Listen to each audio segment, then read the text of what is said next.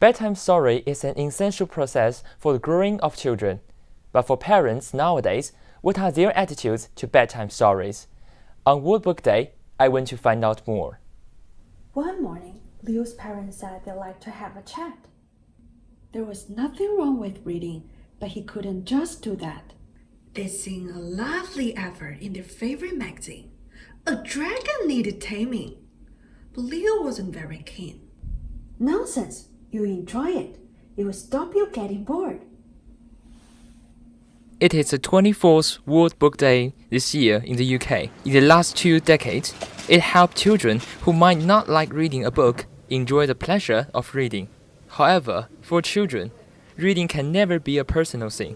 There's evidence to suggest that the benefits of being read frequently as a child go way beyond just literacy skills. And how often do parents read bedtime stories to their children nowadays? We do it every night. 2 or 3 times per week. This year, more than 15 hubs in Cardiff held the event of reading books with parents. Also, the benefits children get from having stories read to them are hugely increased when parents talk and ask questions about the story as well.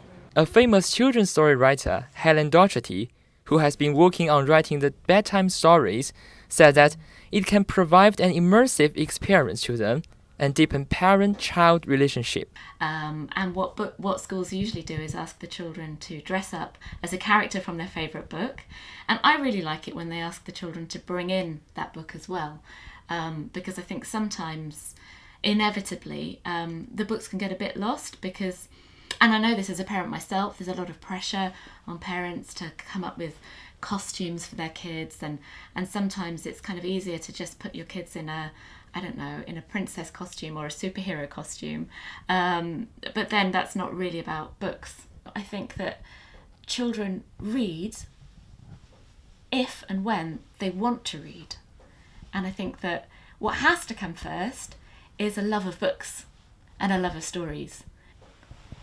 So for example, with my own 2 children, right from when they were babies, I sat them on my lap and with board books, I started reading to them, nursery rhymes, simple stories, books with pictures, and let them interact with the books themselves. Books are physical things, and I think it's great for even babies. They can turn a page, they can chew the book. That's great. It doesn't matter. They're learning that it's an enjoyable time, and it's a bonding experience as well between the parent and the child. It is said by Helen Doherty that World Book Day is a good stage for parents to enjoy stories with children.